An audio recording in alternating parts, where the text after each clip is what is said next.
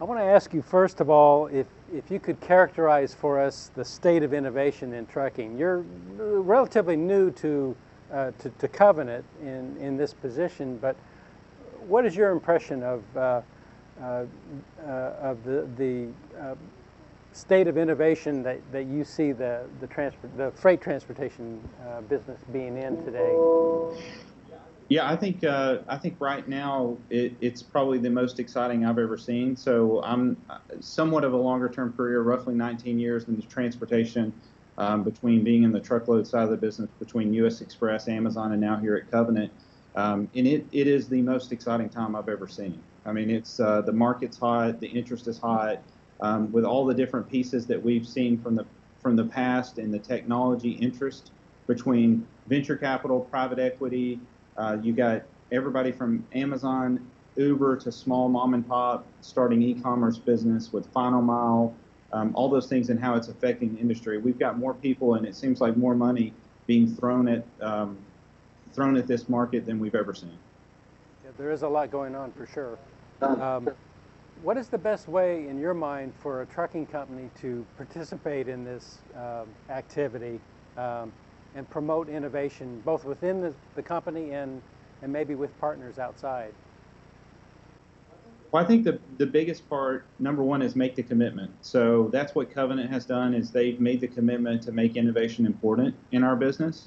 They did that in a few different ways. One, creating my role and my position within the company that says, hey, we need to be more innovative, we need to be open-minded, and we need to approach that both in every direction, top down, bottom up, middle out, whatever it takes. The biggest thing is making the commitment to do that.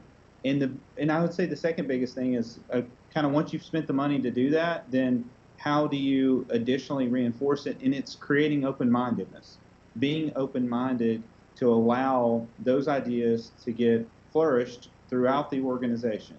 And actually, I was at an innovation conference, little lunch and learn meeting today, and it really talked about how you affect that. And it's, if you can affect 20% of the people, you try to affect 80% of what they're doing instead of trying to affect the 80%, so that innovation can grow throughout the organization. But making a commitment to it, and that commitment, depending on the size company, can be very large, it can be very small. And the innovation side of our business is one piece of my pillar. It's not all I do every day, but it is making a commitment to do that. We've also made a commitment that we've hired an innovation strategist that deals with innovation day to day, so that we make sure we have a focus on it every day. But it's really a change in the culture internally to say we're open-minded, we want to hear new ideas. In those, when I say innovation, it's everything from little things to make things work better for our drivers, visibility, things that help from a customer perspective. But it's also just the block and tackling. I mean, that can be innovative to do things different than you used to previously do it.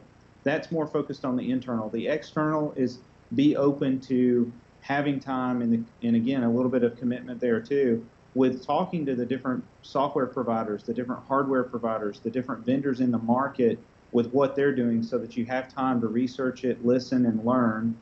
Outside of that, what we have done, I think, has taken a next step for us is we fortunately, Chattanooga being a nice market for supply chain and logistics and trucking, there's a venture capital firm here, Dynamo. I know you've done some coverage for them in the past, is we are a lead sponsor for them.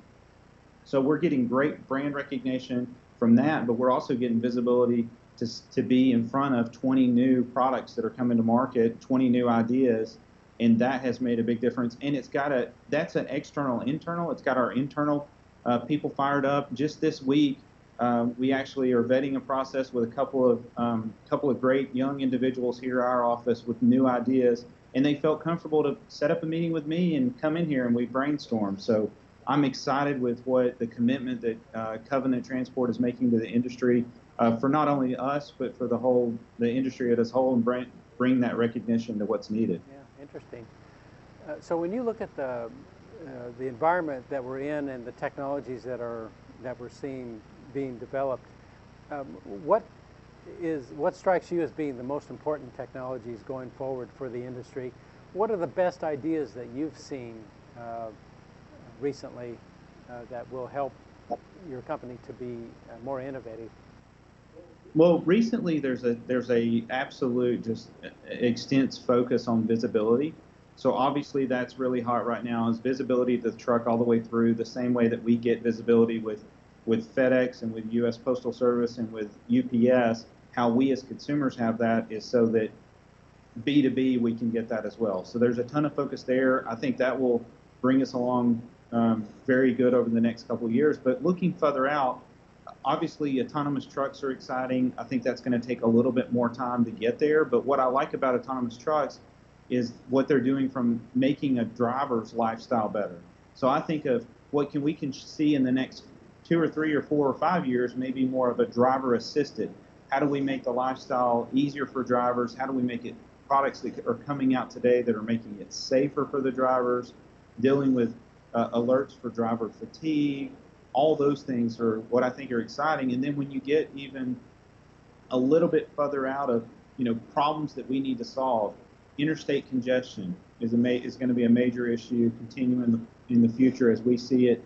I see it every day on 75 and 24 split, which is a big intersection for the country, bringing freight into the South. But products like, could one day freight be moved through Hyperloop with what's happening there? Just all kinds of different pieces there that are very exciting. And some of those are maybe a little bit more of a moonshot idea. But I think today, visibility, ways to connect with the truck, better, faster, smarter, and then also just continue to drive. We have a statistician on staff here, a couple of people that handle that in day-to-day, just looking at the stats that can drive our business better to try to get drivers aligned with the work they want, the work they like, and how to help from a driver turnover and from all the different market conditions that we're following. Thank you. I mentioned at the outset that you're Chief Transformational Officer, which is a job that is fairly new, I would say, to most companies. Could you describe maybe a little bit more what it is you do and what you feel like would be your impact on the company over time in this kind of... Yeah, it's an exciting role. I was very honored to get this. Joey and David and Richard put their heads together and said, okay, what do we need? And part of those needs were different pillars. So what I manage, and they all fit very well with the word transformation, instead of the word innovation, because that's only one piece of it.